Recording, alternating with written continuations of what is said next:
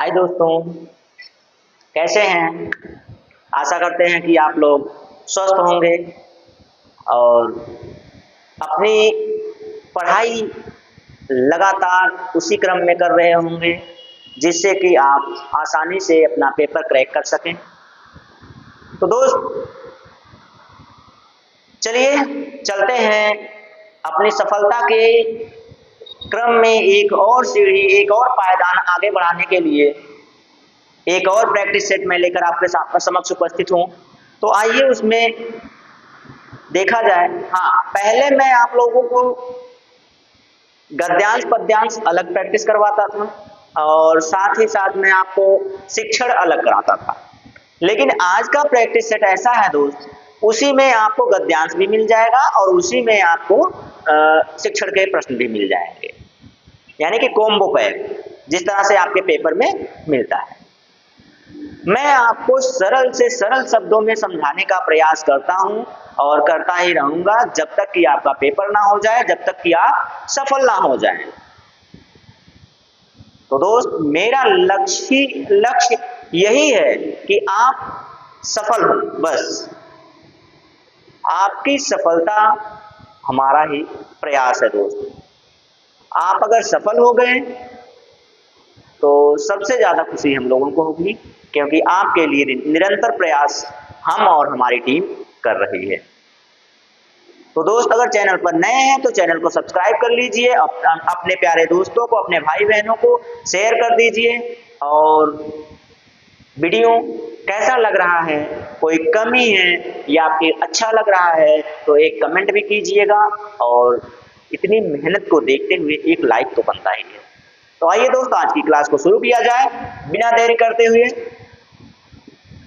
तो सभी हॉलीडे तो लगभग खत्म हो चुके होंगे, कल संडे है, संडे का हॉलीडे तो भाई हर सप्ताह आता है। चलिए आइए देखा जाए आज का पहला प्रश्न क्या है आपके सामने।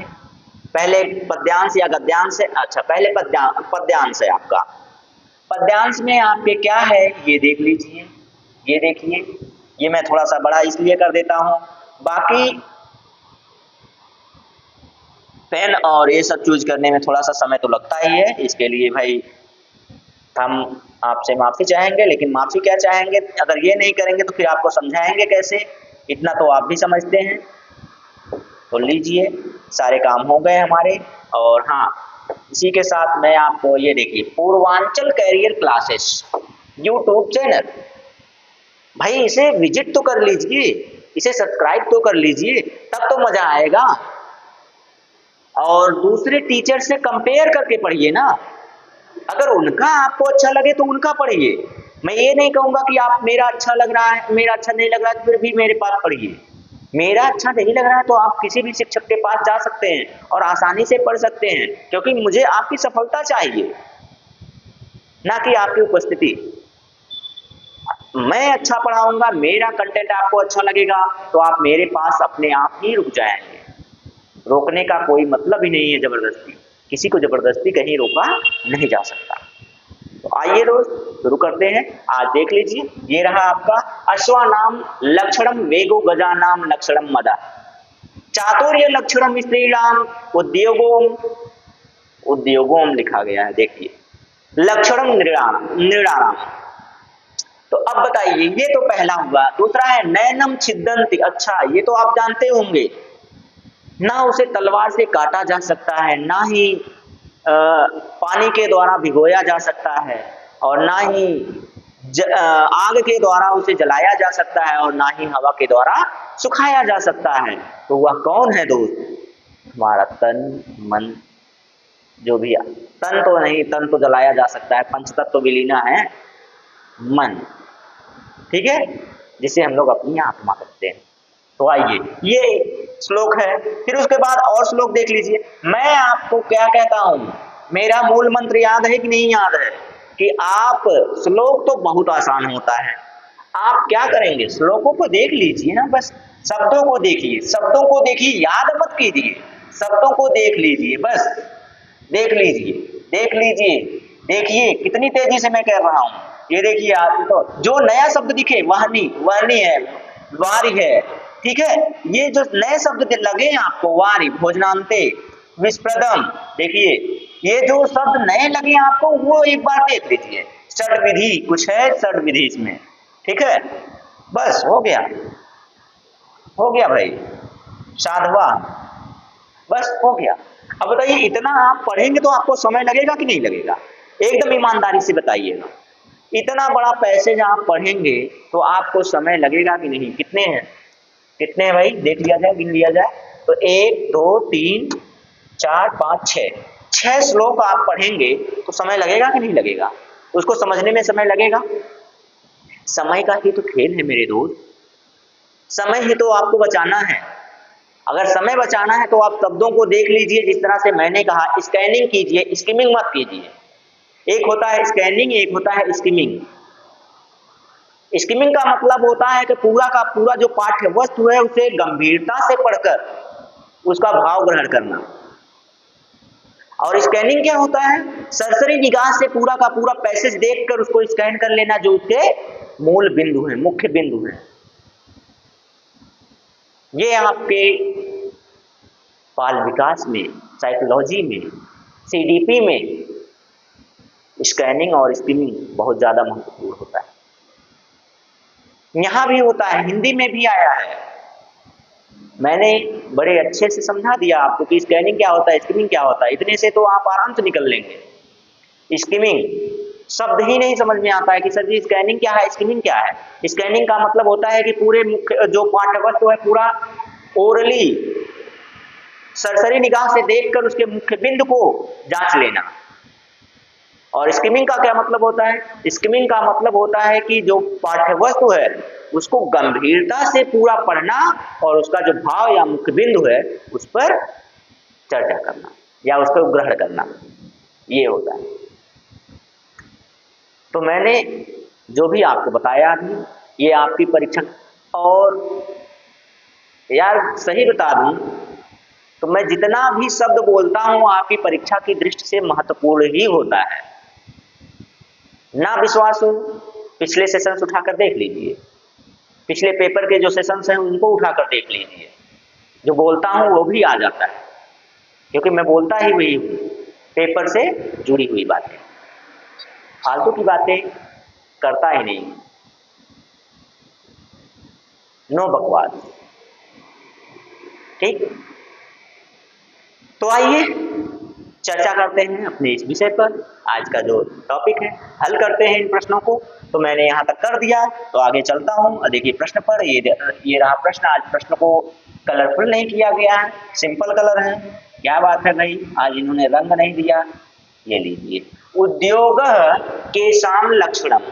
उद्योग केषां लक्षणम मतलब उद्योग किसके लक्षण है मेरे दोस्त? तो उद्योग किसके लक्षण हैं तो वहां पे दिखाया गया है। अभी पहला वाला हमने पढ़ा था ना, वेगो। वेगो का मतलब वेग, वेगो का मतलब क्या मतलब होता है? वेग। ये होता है अश्वों के लिए।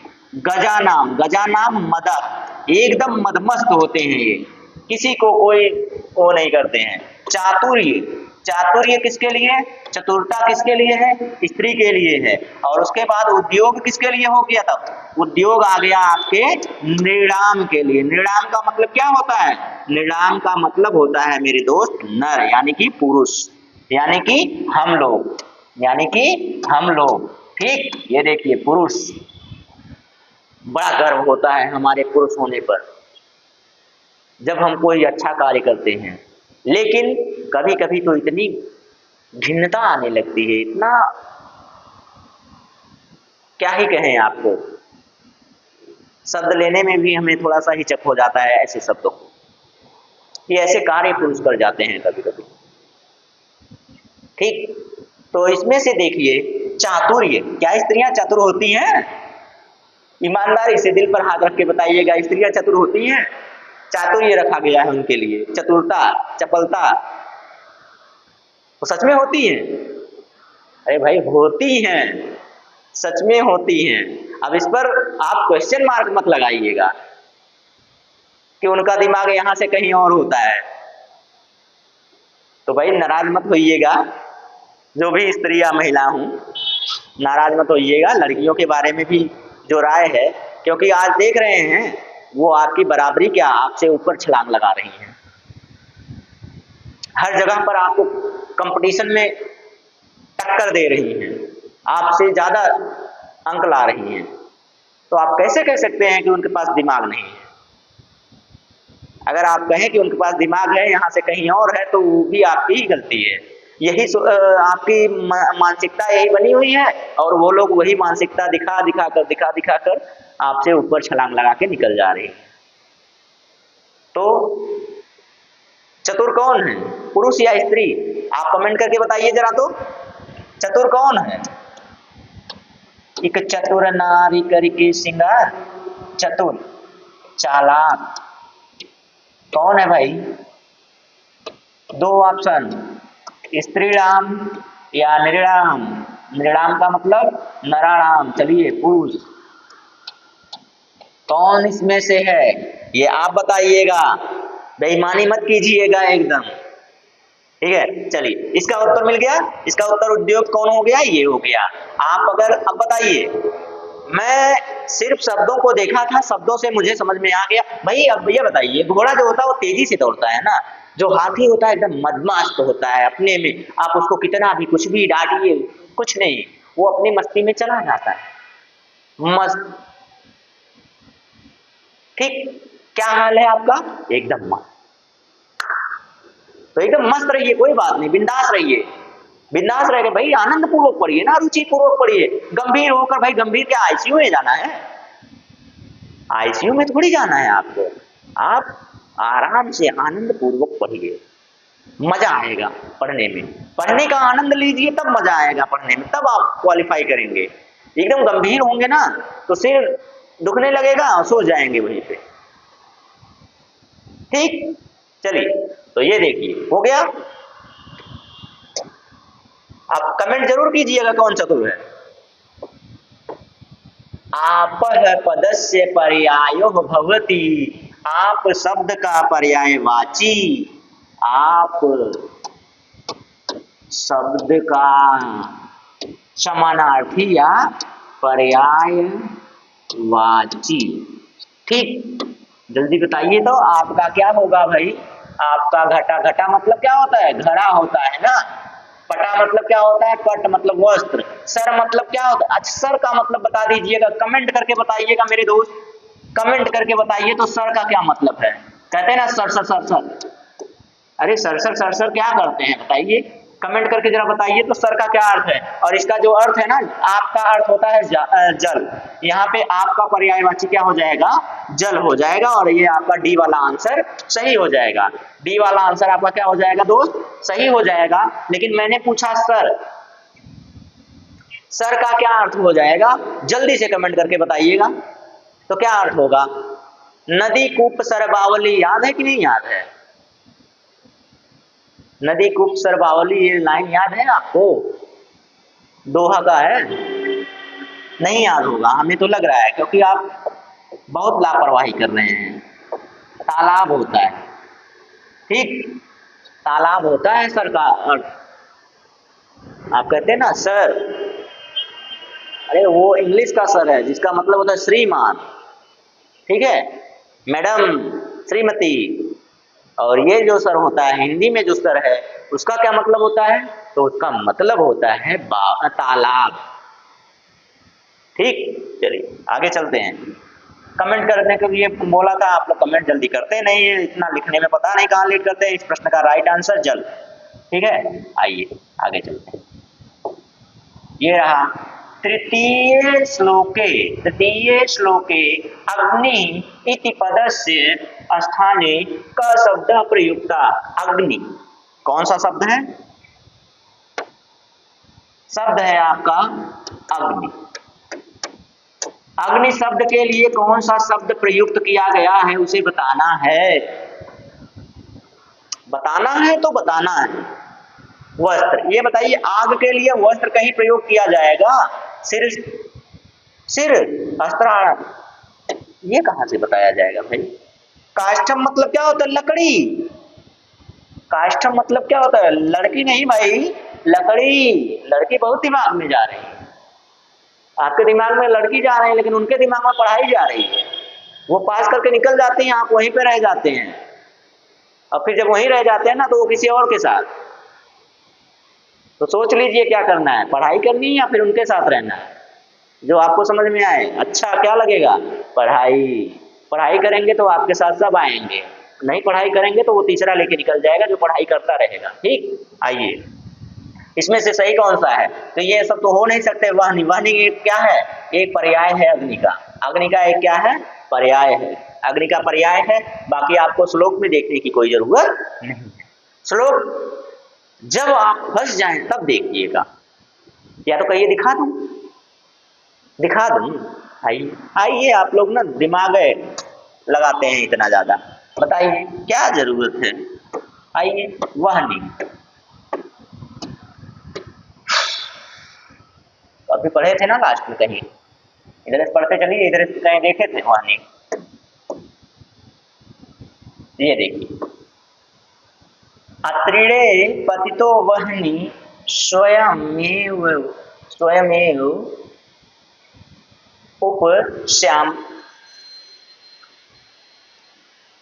बाद में कीजिएगा। तो देखिए ये वाला वहनी, वहनी ये जो प्रयोग हुआ है ना तृतीय श्लोक, अच्छा उसने बताया था ना तृतीय श्लोक है, मैंने तो ध्यान नहीं दिया था। तृतीय श्लोक के तीसरे श्लोक में ये देखिए प्रयोग किया गया है। ठीक, तो ये आगे चलें अगले प्रश्न पर। और ये आपका मतलब जल होता है, ये तो बताना ही नहीं है। तृतीय श्लोक के ये हो गया। अगला देखिए, भोजनांते किम विस्प्रदम।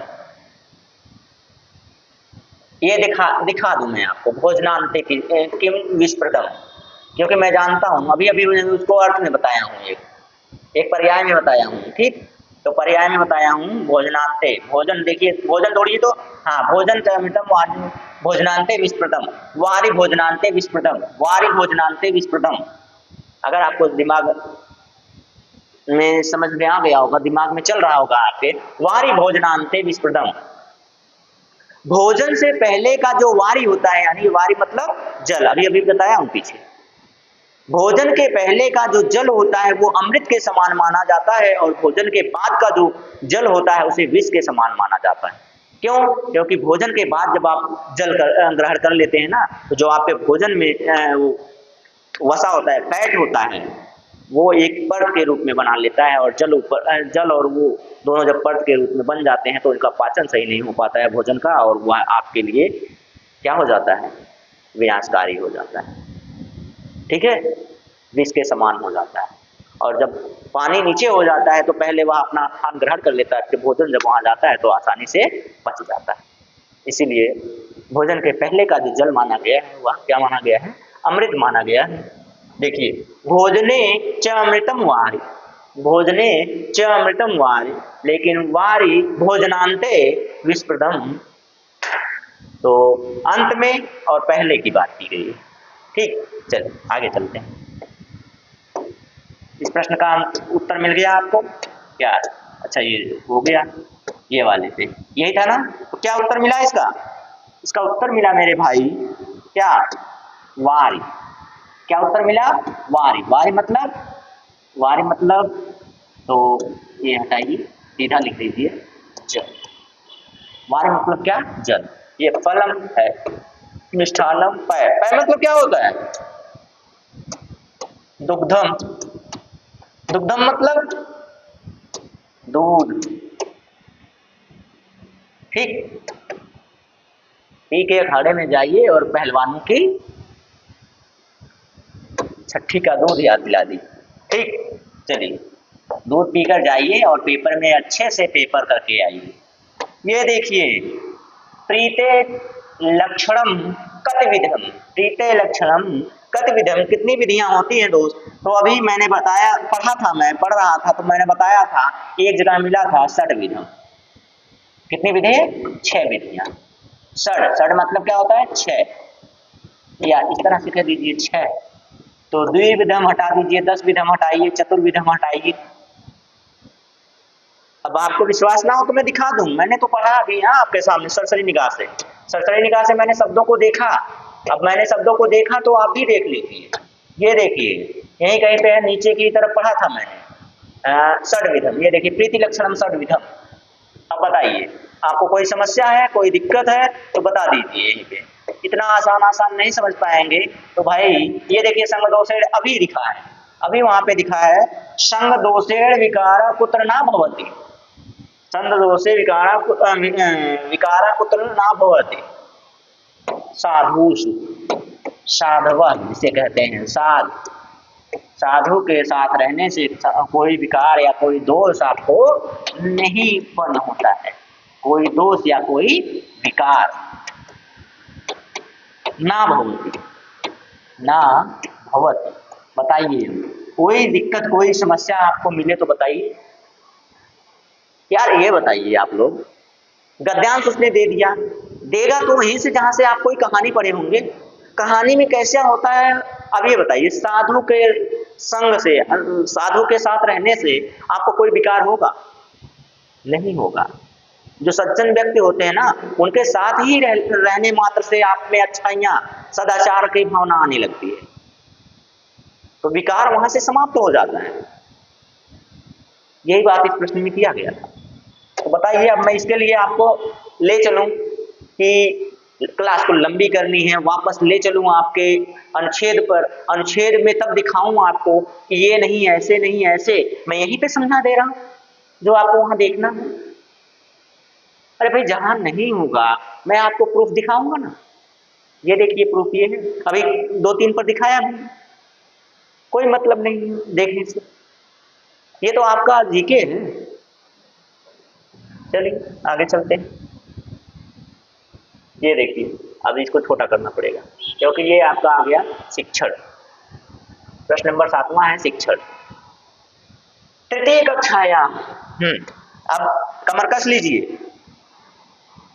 तृतीय कक्षाया शिक्षिका प्रत्येक शब्दं शुद्धोच्चारण ध्यानं ददाति एवं सा किम विकसितुम इच्छिता। सा, ये सा लिखा गया है, सह नहीं लिखा गया है, क्यों नहीं लिखा गया जरा ये भी बता दीजिए, अंतर बताइए। क्योंकि यहाँ पे शिक्षिका महोदया है, यहाँ पे कौन है?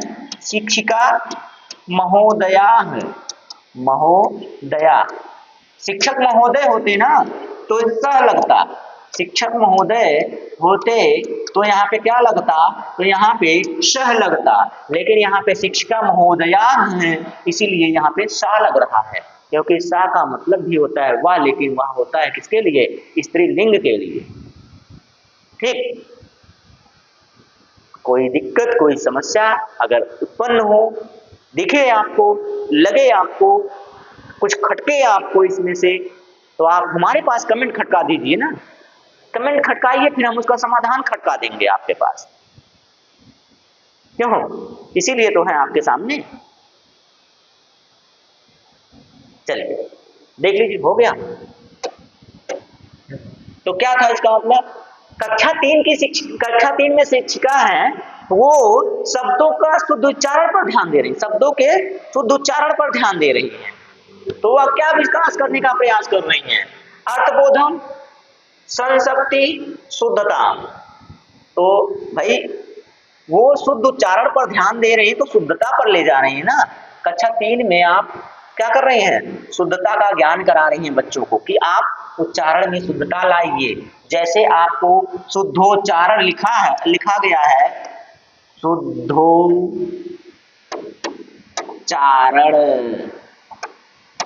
लिखा गया है, तो आप शुद्धोच्चारण नहीं कर सकते, शुद्धोच्चारण नहीं कर सकते। आप इसको अगर अलग करके भी पढ़ रहे हैं तो आप ऐसे पढ़िए। देखिए बच्चों, ये शुद्ध उच्चारण है। क्या है? शुद्ध उच्चारण है। यहाँ का आ प्लस यहाँ का ऊ मिला के क्या हुआ है? ओ हुआ है, इसीलिए इसको पढ़ते क्या है? शुद्धोच्चारण। शुद्धता पर ध्यान दीजिए, आप भी दीजिए, नहीं तो फंस जाएंगे, शब्द पूछ लेता है आपसे। तो क्या हो गया? शुद्धताम। ठीक, चलें आगे। आइए, तो कितने लोग बोलते हैं मेले बाबू ने खाना खाया? तो खाना मत खाइए, जरा सा पढ़ लीजिए और शुद्धता में ध्यान लगा के पढ़ लीजिए। नहीं तो बाबू थोना धनिया पुदीना था तले दाएंगे, आप तो छोड़कर। ठीक है, आइए पढ़ लिया जाए ना। आइए ये लीजिए, आपका अगला प्रश्न आपके सामने है। सूक्ष्म पेशीय कौशल से, बाकी आपको कुछ करना ही नहीं। फाइन मोटर स्किल, यही आपको देखना है। Fine motor skill, fine motor skill, fine motor skill के बारे में बताना है। तो किसमें प्रयोग हुआ है फाइन मोटर स्किल, ये दिखाना है, आप बताना है आपको। आरोहण चढ़ने में भाई फाइन मोटर स्किल का कोई नहीं होता है, कूदने में फाइन मोटर स्किल काम नहीं करता है, पढ़ने में फाइन मोटर नहीं, लिखने में जब बच्चा लिखता है तो वो फाइन मोटर मतलब अपने बहुत ध्यान पूर्वक छोटे छोटे जो अंग हैं उसको ध्यान में देते हुए कलम पकड़ता है और लिखता है, तो उसी को कहते हैं फाइन मोटर स्किल।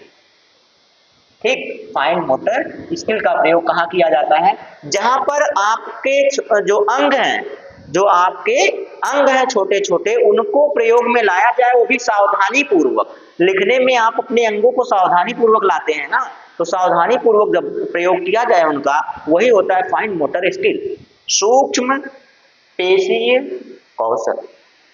ठीक, फाइन का मतलब यहाँ सूक्ष्म से है, अच्छे से नहीं, सूक्ष्म। ठीक, ये हो गया। प्रतिपुष्टि, फीडबैक देना, फीडबैक देना। चलिए, बहुत अच्छा सा प्रश्न है। उभय शिक्षिका शिक्षार्थीनां कृते स्व विकासाय मातृणां पितॄणां कर्तनस्या बालकानां गृह कार्याणां। भाई ये गृह कार्य से कोई संबंध नहीं रखता है। अच्छा, इसको उल्टा करना पड़ेगा। लीजिए, क्या बात हुई, कलर कहाँ से चेंज हो गया। ये इसमें कोई ध्यान नहीं देता है ना, इसको हम हटा दिए। शिक्षार्थी नाम करते अधिगम विकासा, शिक्षार्थी नाम करते एक ही नहीं है भाई, यहाँ उभय की बात ऊपर की गई है इसलिए एक वाला तो कट जाएगा। शिक्षिका नाम करते, ये देखिए शिक्षिका नाम सिर्फ शिक्षक की बात कर रहा है, तो यहाँ पे बात आ गई कि जब यहाँ उभय का दिया है, उभय का मतलब शिक्षक और शिक्षार्थी कृते स्व विकास से अपना अपना अपने अपने विकास के लिए करते हैं, तो यहाँ पे जब दोनों की बात आ गई है तो ये जो है ये भी संक्षिप्त हो गया, ये भी संक्षिप्त, ये भी संक्षिप्त, इसीलिए ये तीनों कट गए। बचा एक है, दिमाग लगाइए और अपना क्या कीजिए, दिमाग लगाकर अपना उत्तर सही कीजिए, कोई समस्या नहीं होगी अगर आपने दिमाग लगाया तो। प्रतिपुष्टि का मतलब फीडबैक देना, बच्चा पढ़ा, अच्छा पढ़ा या खराब पढ़ा। अगर बच्चा गलत पढ़ रहा है, चलिए अगर आपने लिखा है, आपने लिख दिया, जैसे मैं कह रहा हूं आपको, देखिए आपने लिखा कलम, ठीक, आपने ये मत लगाइए भाई, इनको हटा दीजिए। तो आपने लिखा कलम, ये आप बच्चे को कहिए कि आप बच्चा पढ़े, बच्चे को कहिए कि बच्चा पढ़े, ठीक है। आपने कहा कि पढ़िए कलम, ठीक, बच्चा कल तक पढ़ रहा है, मतलब यहां तक सही पढ़ रहा है, यहां नहीं पढ़ पा रहा है, कल करने के बाद मां अलग कर दे रहा है, तो आप उसको डांटेंगे नहीं, आप उसको पीटेंगे नहीं, आप उसको बाहर नहीं खड़ा, आप उसके माता पिता को नहीं बुलाएंगे। ये सारे निगेटिविटी हैं, सारे क्या हैं, नकारात्मक शब्द हैं, नकारात्मक क्रियाएं हैं। सकारात्मक क्रियाएं दिखाना है तो आप सीधा कहेंगे शाबाश बेटा, आपने आधा पढ़ लिया है, थोड़ा सा और बचा है, फिर से पढ़िए, दोबारा पढ़िए, बहुत अच्छा काम कर रहे हैं। तो बच्चा उत्साहित होकर, रुचि लेकर पढ़ने का प्रयास करेगा कि हाँ सर जी ने हमें शाबाशी दिया, हमने आधा पढ़ लिया था, हम आधा पढ़ ले रहे, सर जी हमें शाबाशी दे रहे हैं, हम फिर पढ़ा। तो ऐसा वाला हाल होता है, बच्चों में ऐसा ही होता है ना, बच्चों में ऐसा ही होता है, तो बच्चे शाबाशी के द्वारा अच्छे से पढ़ते हैं।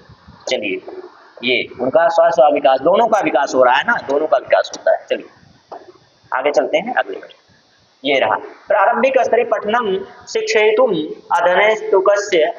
अधस्तनेशुकस्य उपादेयता अधिका भवति।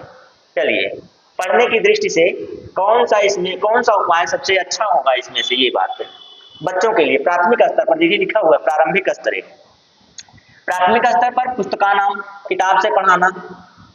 प्रकृत वस्तु नाम, रियलिया जिसे कहते हैं, प्राकृतिक वस्तु नाम। अरे भाई प्राकृतिक वस्तु नाम से अभी नहीं कोई दिक्कत है, आप वहाँ पेड़ से दिखाएंगे, फिर बच्चा दूसरी जगह पे जाएगा तो वो अपने को संबंध उसको समायोजित नहीं कर पाएगा।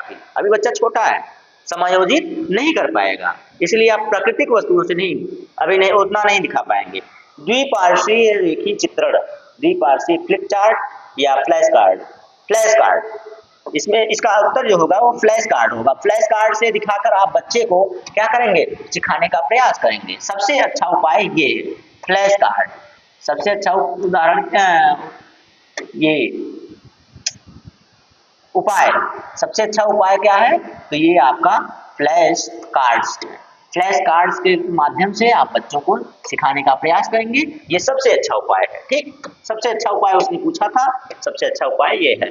10 हो गया, 11वां देखते हैं। 15 प्रश्न देखेंगे, 15 प्रश्न के बाद फिर अगले एपिसोड में देखेंगे। ठीक है, अगला एपिसोड अगले दिन।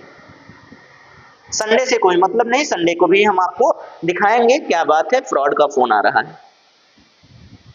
ठीक, चलिए, तो ये रहा बाला नाम पठन से लेखन से च विकास से आदाय चरणम किम अस्ति। आद्य, अच्छा आदाय नहीं, माफ कीजिएगा, आद्य है, आद्य। अब ये इस तरह से लिखने लगा है तो हमें भी थोड़ा सा ना क्या कहें, आद्य ये होना चाहिए। आद्य का मतलब आदमी, आरंभ, प्रारंभिक, प्रारंभिक की बात कर रहा है, प्रारंभ की बात कर रहा है ना। किसकी बात कर रहा है, शुरुआत की या प्रारंभ की बात कर रहा है। पढ़ने और लिखने में शुरुआत की बात कर रहा है। शुरुआत जिसे कहते हैं शुरुआत। जब आप शुरू करते हैं, क्या करते हैं, शुरू करते हैं, शुरुआत करते हैं ना, शुरू। ठीक, ये तो ये आपको कब दिखता है, पढ़ने और लिखने के समय, विकास के समय में। क्या पहला चरण क्या होता है, तो पहला चरण होता है इमर्जेंट। क्या होता है, इमर्जेंट, उद्गामी साक्षरता होता है। क्या होता है, उद्गामी साक्षरता होता है, यानी कि बच्चा अपने हृदय से सीखने का प्रयास करता है, मतलब कि वह शुरुआत अभी कर रहा है। तो शुरुआत को आप क्या कहते हैं, उद्गम ही तो कहते हैं।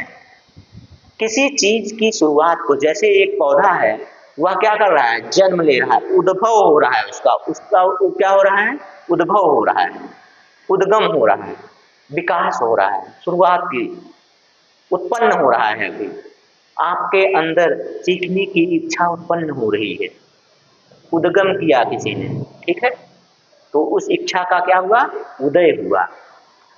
जैसे सूर्य का उद्गम होता है, शुरुआत होता है, सुबह में निकलता है, उद्गम करता है।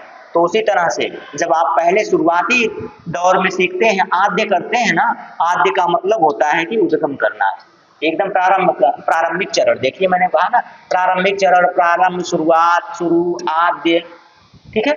इसका मतलब होता है कि आपने अभी शुरुआत की है, यानी कि उद्गामी साक्षरता की। ठीक हो गया, समझ में आया। आपने भी अपना पढ़ना शुरू किया कि अभी वही इंतजार कर रहे हैं कि 1 महीने रह जाएगा तो पढ़ेंगे। अब कौन सा 1 महीना रह जाएगा, 1 ही महीना तो रह गया है। नवंबर 19 हो गया, 9 माफ कीजिएगा 9 हो गया, 9 नवंबर तो आज है ही। बचा कितना अभी, 5 दिन का, 5 दिन में तो आप इधर उधर होने में लगा देते हैं। 1 महीने बचा है एग्जैक्ट, 5 दिन तो इधर उधर करने में लगा देते हैं, 14-15 आप अपने सेंटर या इधर उधर करने में, ढूंढने में लगा देते हैं। तो बचा क्या आपका, 1 महीना बचा है। 1 महीना में आप ये कर लीजिए, आसानी से पास हो जाएंगे। नहीं तो वही बात है, उद्गामी साक्षरता में ही पड़े रहेंगे। शिक्षिका स्वकक्षाया बालान युगलेषु विभजिता, मतलब शिक्षिका जो है वो क्या कर रही है, अपनी कक्षा के बच्चों को जोड़े में विभाजित कर रही है। जोड़े में विभाजित करके वह क्या करने का प्रयास कर रही है भाई, विनिमय, उनको उनकी पुस्तक देकर उसमें संशोधन, मतलब पढ़ने का कार्य कर रही है और उसमें संशोधन करा रही है। उसमें क्या कर रही हैं, संशोधन कराने का प्रयास कर रही हैं। और ये क्या करने का प्रयास कर रही हैं भाई, समकक्षीय मूल्यांकन करने का प्रयास कर रही हैं, या फिर सामूहिक मूल्यांकन करने का प्रयास कर रहे हैं। सामूहिक समूह में है नहीं भाई, वो 2 ही लोग हैं, 2 ही लोग में 2 लोगों से अधिक होंगे तब सामूहिक होगा। संशोधन तो वो कराने का ही प्रयास करें, मूल्यांकन की बात है। स्वयं का मूल्यांकन भाई, शिक्षक अपना मूल्यांकन थोड़ी कर रहे हैं, बच्चों का मूल्यांकन हो रहा है ना। तो यहाँ पे बचा कौन? समकक्षी। समकक्षी का अब युगल है ना, युगल का मतलब क्या होता है? जोड़ा। युगल का मतलब क्या होता है? जोड़ा। जोड़ा जो है वो आप ही की कक्षा का है, यानी कि दोनों लोग क्या है? समान है। दोनों लोग क्या है? समान है। दोनों लोग जब समान हैं तो सम निकल के आया ना, समकक्षी है। दोनों लोग क्या है? समकक्षी हैं, समान है, इसीलिए उनका संशोधन किया जा रहा है और इसे क्या कहते हैं? तो समकक्षी मूल्यांकन हम कहते हैं। ठीक, आइए अगले प्रश्न पर। अगला प्रश्न, प्रश्न नंबर 13, ये रहा आपके सामने और ये रहा थोड़ा सा छोटा। चारों आगे,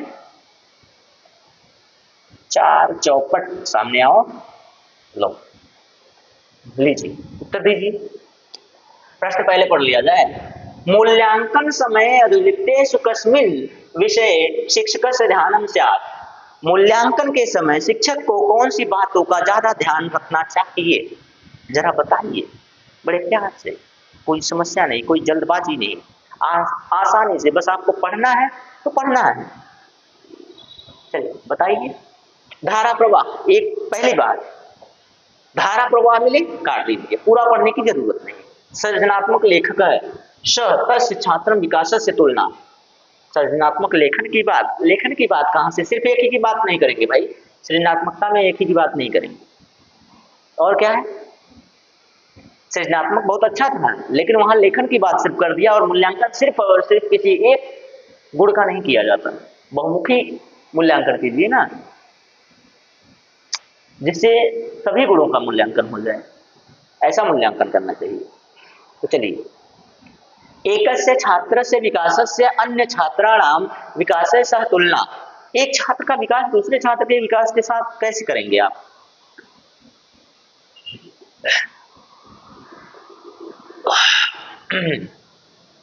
एक छात्र का कितना विकास हुआ, दूसरे छात्रों का उनसे तुलना कैसे कर सकते हैं आप? तब तो आप वैयक्तिक विभिन्नता का उल्लंघन कर दे रहे हैं। वैयक्तिक विभिन्नता, विभिन्नता, ठीक, ये विभिन्नता, विभिन्नता का आप उल्लंघन कर रहे हैं कि एक की तुलना दूसरे से कर रहे हैं। व्यक्ति विभिन्नता का मतलब होता है, क्या होता है भाई? जानते हैं ना व्यक्ति विभिन्नता का मतलब क्या होता है? मैंने आपको बता रखा है कि व्यक्ति विभिन्नता वह विभिन्नता होती है कि एक बच्चा दूसरे बच्चे से हमेशा अलग होगा। पहला ज्यादा जल्दी सीख सकता है, दूसरा बाद में सीख सकता है। उनकी परिस्थितियां अनुकूल नहीं होंगी, उनके विपरीत होंगी, अलग परिस्थितियों में होंगे, वो अलग पर्यावरण में, अलग परिवेश में होंगे। कैसे आप उनको उनकी तुलना एक साथ कर सकते हैं? 3 ऑप्शन कट गए आपके, चौथा बचा है। क्या बचा है? देख लीजिए क्या बचा है। ये भी कट गया, ये तो कट ही गए थे। ठीक, एक ऑप्शन बचा, वही उत्तर हो गया। एकस्य छात्रस्य विकासस्य तस्य पूर्व स्थित्या सह तुलना। एक छात्र को उठाइए, उसका जो पूर्व ज्ञान है उससे तुलना करके देखिए कि बच्चे ने कितना सीखा, पहले से ज्यादा सीखा ना पहले से कम सीखा, तब आप तुलना कर सकते हैं बच्चे में। मूल्यांकन करने का यही उद्देश्य होना चाहिए। तो यही राइट आंसर हो गया। क्या उद्देश्य होना चाहिए कि बच्चे को की जो पूर्व स्थिति थी उसमें कुछ विकास हुआ कि नहीं हुआ, ऐसे तुलना करना है आपको, ऐसे मूल्यांकन करना है आपको। ये ध्यान देना है कि पूर्व में उसने कुछ सीखा था, उससे आगे बढ़ा कि नहीं बढ़ा, नहीं बढ़ा तो क्यों नहीं बढ़ा, क्यों नहीं बढ़ा तो उसका रीजन क्या, रीजन देखकर उसको क्या कीजिएगा, उसका समाधान कीजिए, उसके कारण को जानिए, कारण जानने के बाद उसका समाधान कीजिए। ये है मूल्यांकन का उद्देश्य। मूल्यांकन का क्या उद्देश्य है? ये मूल्यांकन का उद्देश्य क्या होना चाहिए? मूल्यांकन का उद्देश्य ये होना चाहिए कि बच्चा जो पूर्व में सीखा है उससे आगे बढ़ा कि नहीं बढ़ा, नहीं बढ़ा तो क्यों नहीं बढ़ा, कारण क्या है पता करो, उसके बाद उसका समाधान करो, समाधान करने के बाद बच्चे का विकास करो, बच्चे को सिखाने का प्रयास करो। यही है मूल्यांकन का उद्देश्य। अगर नहीं समझ में आया तो रिपीट करके देख लीजिएगा, इससे बेहतर नहीं होगा। ठीक, चलिए अगले प्रश्न पर चलते हैं। प्रश्न 13 हो गया, 2 प्रश्न और है मात्र, इससे ज्यादा समय आपका नहीं लेंगे। ठीक, संस्कृत पढ़ाते पढ़ाते आपके हिंदी का भी हम इसी में पढ़ा के निकल जाते हैं। हिंदी क्या, सब तो शिक्षण समान ही लगभग होते हैं, शिक्षण समान ही होते हैं तो आपके बाल विकास में भी चले जाते हैं। बस आपको समझ में आना चाहिए। आप एक सब्जेक्ट को दूसरे में समायोजित करके देख लीजिए, समायोजित कर गए तो आपके सारे शिक्षण समाप्त ही। आइए देखते हैं। पठन समय अधस्तनेषु कस्य महत्वम सर्वाधिकम। पढ़ने के समय में क्या महत्वपूर्ण होता है? पठन कौशल मैंने पढ़ाया आपको, ये कौशल मैंने पढ़ाया है आपको। पठन कौशलस्य पठन कौशलस्य उद्देश्यम किम?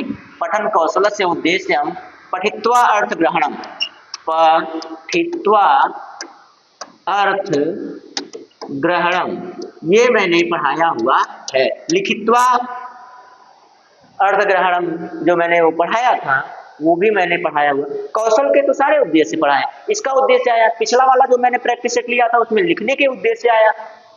लिखने का क्या उद्देश्य होना चाहिए? भावाभिव्यक्ति होनी चाहिए। जो लिखी हुई चीज है तो उनको उनसे भावों का क्या कर सकते हैं आप? भावों को ग्रहण कर सकें, भावाभिव्यक्ति हो सके सही से। तो वो लिखने के उद्देश्य थे, लेखन कौशल के उद्देश्य। ये पठन कौशल के उद्देश्य है कि अर्थ ग्रहण होना चाहिए। अब इस चारों ऑप्शन में से एक जरूर दिया होगा क्योंकि ये बदल नहीं सकता भाई, ये परंपरागत नियम है ना, ये कैसे बदल सकता है? ये नियम पर है, नियम नहीं बदले जा सकते हैं। हाँ, आप दूसरे तरीके से कुछ और समझा सकते हैं, लेकिन ये जो अर्थ है, अर्थ ग्रहण करने की बात है, ये नहीं बदल सकते आप। तो आइए कहीं देखिए धारा प्रवाह। अब देखिए मैं पहले ही इसके पिछले प्रश्न में भी कहा कि धारा प्रवाह की कोई बात ही मत कीजिएगा, हटा दीजिएगा। उच्च स्वरेण पठनम इसको भी हटा दीजिए, इससे भी कोई मतलब नहीं होता है। उच्च स्वर में पढ़िए, धारा प्रवाह में पढ़िए, ये गलत बात है हमेशा के लिए। बचा क्या? पाठ से अर्थ अवगम जो मैं कह रहा था वो आपको बी में मिल गया। पाठ से प्रत्येक शब्द से पठनम। अरे भाई प्रत्येक शब्द तो पढ़ेंगे, पाठ के प्रत्येक शब्द को तो पढ़ेंगे, ये पढ़ना थोड़ी हुआ। अब ये बताइए, मैंने लिखा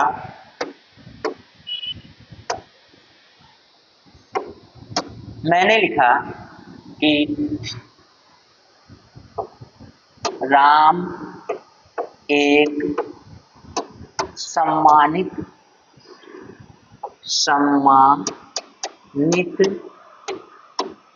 पुरुष है। ये राम लड़के के बारे में कह रहे हैं, वो महानुभाव के नहीं। अब बताइए आप, राम एक सम्मानित पुरुष है, आप इधर घूमिए, मैं आपसे पूछ लूं कि क्या लिखा गया था, उसका क्या मतलब था। आप ऐसे ताकिए, टुकटुकी लगा के ताकिए, टुकटुकी लगा के हमको देखिए, क्योंकि आपने तो सिर्फ पढ़ा है, अर्थ तो ग्रहण किया ही नहीं है। अर्थ ग्रहण करने का मतलब ये कहना है कि राम एक बहुत अच्छा लड़का था, राम एक अच्छे पुरुष हैं, सम्मानित पुरुष हैं, सदाचारी पुरुष हैं। ठीक, ये बताना है आप। इसका अर्थ जब तक आप ग्रहण नहीं कर पाएंगे तब तक आपके पढ़ने का कोई उद्देश्य नहीं है, उद्देश्य ही आपका खत्म हो जाएगा। तो पढ़ने का उद्देश्य क्या हो गया? अर्थ ग्रहण करना। ठीक, तो आशा करते हैं बड़ा अच्छा समझ में आ रहा होगा आपको, क्योंकि मैं उसी से, जिस तरह से आप पढ़ने का प्रयास करते हैं उसी तरह से पढ़ाने का प्रयास करता हूँ। मैं अपने तरीके से नहीं पढ़ाता, मैं आपके तरीके से पढ़ाता हूँ कि आप किस तरह से सीख सकते हैं सही से। आपका सीखना मेरे लिए मायने रखता है, ना कि मेरा अच्छे से पढ़ना या पढ़ाना। आप जिस तरह से सीख पाएंगे वही मैं सिखाऊंगा आपको। चलिए आइए, ये वाला प्रश्न, लास्ट वाला प्रश्न। बाला नाम पत्रिका कस्यचित् कथायां पठनम नाम। अच्छा ठीक है, चलिए इसको बताइए। लास्ट प्रश्न आपका, लास्ट प्रश्न अभी अभी आया था ना, स्किमिंग स्कैनिंग। ये देखिए आ गया, स्किमिंग और स्कैनिंग, ये मैंने आपको बताया था।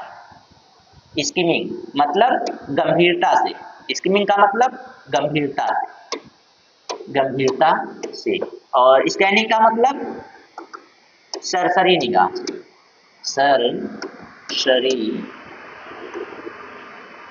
सरसरी निगाह। ठीक, ये देखिए दोनों, स्कैनिंग भी बताया, स्किमिंग भी बताया था। अब बताइएगा जरा, इंटेंसिव भी बताया है। एक ये इंटेंसिव है, एक एक्सटेंसिव है, एक्सटेंसिव। ठीक, तो बाला नाम पत्रिका कस्यचित् कथायाम कथाया पठनम नाम, कथा के पठ्य का जो मतलब होता है, कथा को पढ़ने का मतलब होता है जो दोस्त, वो होता है एक्सटेंसिव। एक्सटेंसिव, एक्सटेंसिव का मतलब क्या हुआ? विस्तृत अध्ययन करना होता है।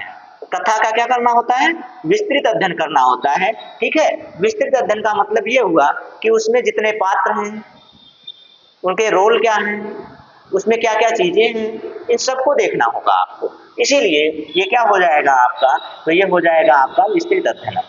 ठीक है, तो जल्दी से आप कमेंट करके बताइए तो कौन सा सही है इसमें से, जल्दी से कमेंट करके बताइए। तो क्या हमने सही बताया आपको? क्या हमने सही तरीके से पढ़ाया आपको? जरा हमारा भी अवलोकन कीजिए।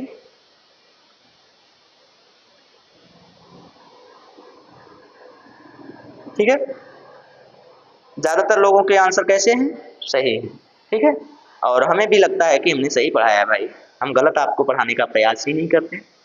ये हमारा जो ध्येय है, हमारा जो लक्ष्य है, वो यही है कि आप लोग अच्छे से सीख सकें, सफल हो सकें और हमें थोड़ी खुशियां मिल सकें आपके सफल होने से। ठीक है दोस्त, तो 15 प्रश्न हमने कहा था, 15 प्रश्न आपके हो गए। आज मैंने कहा भी था कि गद्यांश और शिक्षण एक साथ चलेंगे, गद्यांश और शिक्षण एक साथ चले हैं, गद्यांश की जगह पे पद्यांश रखा गया था। फिर इसके बाद जो 15 प्रश्न होंगे दोस्त उसी तरह से चलेंगे आपके गद्यांश और पद्यांश के साथ ही। ठीक, तो आज के लिए बस इतना ही। तब तक के लिए स्वस्थ रहिए, व्यस्त रहिए, मस्त रहिए अपनी पढ़ाई में। आज के लिए